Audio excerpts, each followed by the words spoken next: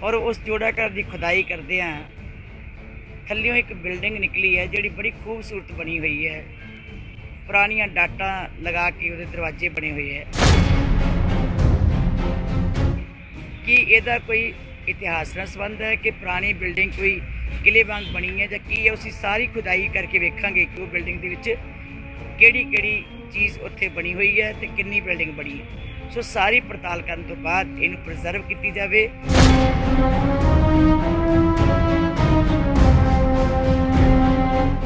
ਤੇ ਇਹ ਜਿਹੜਾ ਏਰੀਆ ਜਿੰਨਾ ਵੀ ਸੱਚਖੰਡ ਹਰਿਮੰਦਰ ਸਾਹਿਬ ਦੇ ਇੱਧਰ ਗਿੱਧਰ ਵਾ, ਇਹ ਬਹੁਤ ਪੁਰਾਣੀਆਂ ਇਮਾਰਤਾਂ ਪਹਿਲਾਂ ਨਿੱਕੀ ਇੱਟ ਦੀਆਂ ਬਣੀਆਂ ਹੁੰਦੀਆਂ ਸੀ ਤੇ ਰੈਸੀ ਇਮਾਰਤਾਂ ਸਾਰੀਆਂ, ਕੁਝ ਬਾਜ਼ਾਰ ਬਣੇ, ਠੀਕ ਹੈ ਜੀ। ਉਹ ਬਾਜ਼ਾਰ ਬਣੇ ਜੋ 1984 ਦਾ ਅਟੈਕ ਹੋਇਆ ਸੱਚਖੰਡ ਹਰਿਮੰਦਰ ਸਾਹਿਬ, ਉਸ ਸਮੇਂ ਸਰਕਾਰ ਨੇ, ਸੈਂਟਰ ਗੌਰਮੈਂਟ ਨੇ ਪਲਾਨ ਬਣਾ ਕੇ ਕਿ ਦਰਬਾਰ ਸਾਹਿਬ ਨੂੰ ਕਿਸੇ ਵੇਲੇ ਵੀ ਇੱਦਾਂ ਦੇ ਜਿਹੜੇ ਹੈਗੇ ਆ ਇੱਥੇ ਹੋ ਸਕਦੀ ਭਾਵਨਾ ਵੀ ਕਿਸ ਤਰ੍ਹਾਂ ਦੀ ਕੋਈ ਗੱਲ ਹੋ ਜਾਂਦੀ ਆ, ਉਹਨੂੰ ਨੂੰ ਮੱਦੇ ਨਜ਼ਰ ਰੱਖਦਿਆਂ ਉਹਨਾਂ ਚਾਹ ਸਵੇਰੇ ਗਲਿਆਰਾ ਪ੍ਰੋਜੈਕਟ ਬਣਾਉਣ ਦੀ ਵਿਉਂਤਬੰਦੀ ਬਣਾਈ। ਉਹਦਾ ਇਹ ਹਿੱਸਾ ਵਾ ਕੋਈ ਵੀ ਚੀਜ਼ ਇੱਥੋਂ ਜੇ ਇਤਿਹਾਸ ਨਾਲ ਸੰਬੰਧ ਨਿਕਲੂ ਉਹਨੂੰ ਰਿਜ਼ਰਵ ਕੀਤਾ ਜਾਊਗਾ। ਇੱਕ ਟੀਮ ਅਸੀਂ ਬੁਲਾਈ ਹੋਈ ਆ, ਉਹ ਏਰੀਆ ਜਿਹੜਾ ਅਸੀਂ ਬੰਦ ਕਰ ਦਿੱਤਾ ਗਿਆ, ਦੂਜੇ ਥਾਂ ਤੇ ਸਾਰੀ ਕੀਤੀ ਜਾਵੇਗੀ ਤੇ ਕੰਮ ਚਾਲੂ ਰੱਖਿਆ ਗਿਆ। ਕੋਈ ਵੀ ਐਸੀ ਪੁਰਾਤਨ ਇਤਿਹਾਸ ਨਾਲ ਸੰਬੰਧਿਤ ਕੋਈ ਚੀਜ਼ ਹੋਏਗੀ ਉਹਨੂੰ ਮਲੀਆਂ ਮੇਟ ਨਹੀਂ ਕੀਤਾ ਜਾਏਗਾ, ਉਹਨੂੰ ਸੰਭਾਲਿਆ ਵੀ ਜਾਏਗਾ ਜੇ ਇਤਿਹਾਸ ਨਾਲ ਸੰਬੰਧਿਤ ਜਗ੍ਹਾ ਹੋਈ।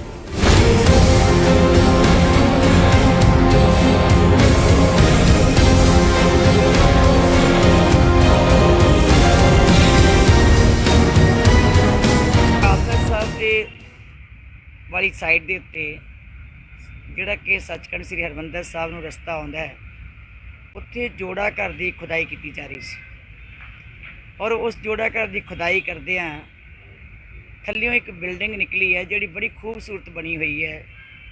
पुरानियां डाटा लगा के उहदे दरवाजे बने हुए है। वो असीं उसे तरह काम रोक के उन्होंने प्रिजर्व करने वास्ते पहला सी डिपार्टमेंट जिहड़ा आर्काइव्स डिपार्टमेंट है, डिप्टी कमिश्नर साहब ने कहा कि उन्होंने बुलाया जाए।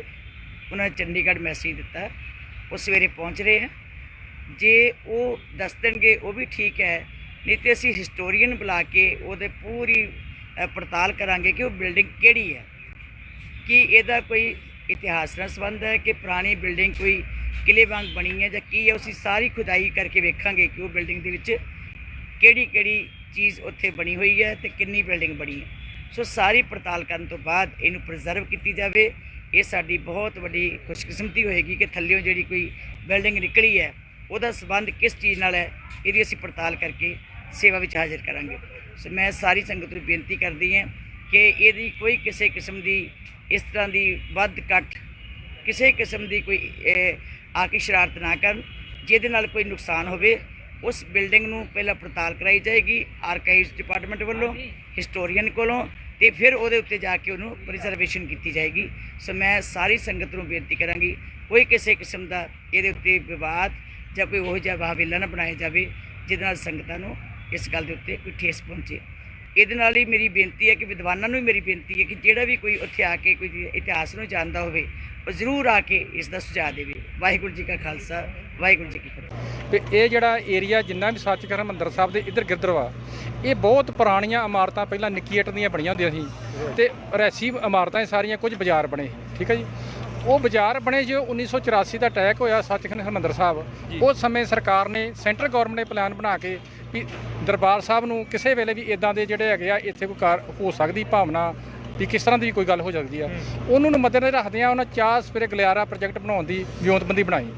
ਉਹਦਾ ਇਹ ਹਿੱਸਾ ਵਾ, ਇਹ ਗਲਿਆਰੇ ਦਾ ਇੱਕ ਸਕੱਤਰਤ ਪਾਸੇ ਹਿੱਸਾ ਜਿਹੜਾ ਉਦੋਂ ਪੁਰਾਣੇ ਘਰ ਤੇ ਪੁਰਾਣੇ ਜਿਹੜੇ ਹੈਗੇ ਉਹ ਬਾਜ਼ਾਰ ਸੀ, ਉਹਨੂੰ ਮਲੀਆਂ ਮੇਟ ਕਰਕੇ ਤੇ ਇੱਥੇ ਸਾਰੀ ਜਿਹੜੀ ਹੈਗੀ ਆ ਗਲਿਆਰਾ ਪ੍ਰੋਜੈਕਟ ਅਨੁਸਾਰ ਤੇ ਪੱਥਰ ਕੋਈ ਲਾ ਦਿੱਤਾ ਗਿਆ ਤੇ ਦਰਖਤ ਲਾ ਦਿੱਤੇ ਗਏ। ਉਹ ਜਦੋਂ ਉਸਾਰੀ ਕਰਦੇ ਕਾਫੀ ਥਾਂ ਦੇ ਪੁਰਾਣੇ ਘਰਾਂ ਦੀਆਂ ਨੀਹਾਂ ਨਿਕਲੀਆਂ।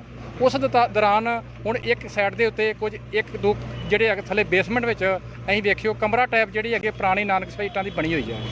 ਜਦੋਂ ਦੀ ਬਣੀ ਹੋਈ ਆ ਅਸੀਂ ਉਸ ਤੋਂ ਹੀ ਉਹਨੂੰ ਇੱਕ ਪਾਸੇ ਕਰਕੇ ਬੰਦ ਕਰਕੇ ਕੰਮ ਦੂਜੇ ਪਾਸੇ ਕੰਮ ਚਾਲੂ ਕੀਤਾ ਹੋਇਆ। ਪਰ ਅੱਜ ਗੁਰੂ ਰਾਮਦਾਸ ਦੇ ਘਰ ਸੰਗਤਾਂ ਦੀ ਵੱਧ ਰਹੀ ਆਮਦਨ ਨੂੰ ਮੁੱਖ ਰੱਖਦਿਆਂ ਜਿਹੜਾ ਜੋੜਾ ਘਰ ਤੇ ਬੇਸਮੈਂਟ ਜਿਹੜਾ ਹੈਗਾ ਵਿੱਚ ਸਕੂਟਰ ਸਟੈਂਡ ਬਣਾਇਆ ਰਿਹਾ। ਕੋਈ ਗਲਤ ਅਨਸਰ ਪੰਥ ਦੋਖੀ ਜਿਨ੍ਹਾਂ ਦਾ ਪ੍ਰੋਪੋਗੰਡਾ ਇਹ ਆ ਗੁਰੂ ਰਾਮਦਾਸ ਘਰ ਦੀ ਸਰਾਂ ਦੀ ਉਸਾਰੀ ਦਾ ਕੰਮ ਹੋਵੇ, ਕਿਸੇ ਬਿਲਡਿੰਗ ਬਣਨੀ ਹੋਵੇ, ਉਹ ਪੁਰਾਤਨ ਦਾ ਨਾਂ ਇਤਿਹਾਸ ਦਾ ਨਾਂ ਜੋੜ ਕੇ ਆਪਣੀਆਂ ਰੋਟੀਆਂ ਸੇਕਦੇ ਆ।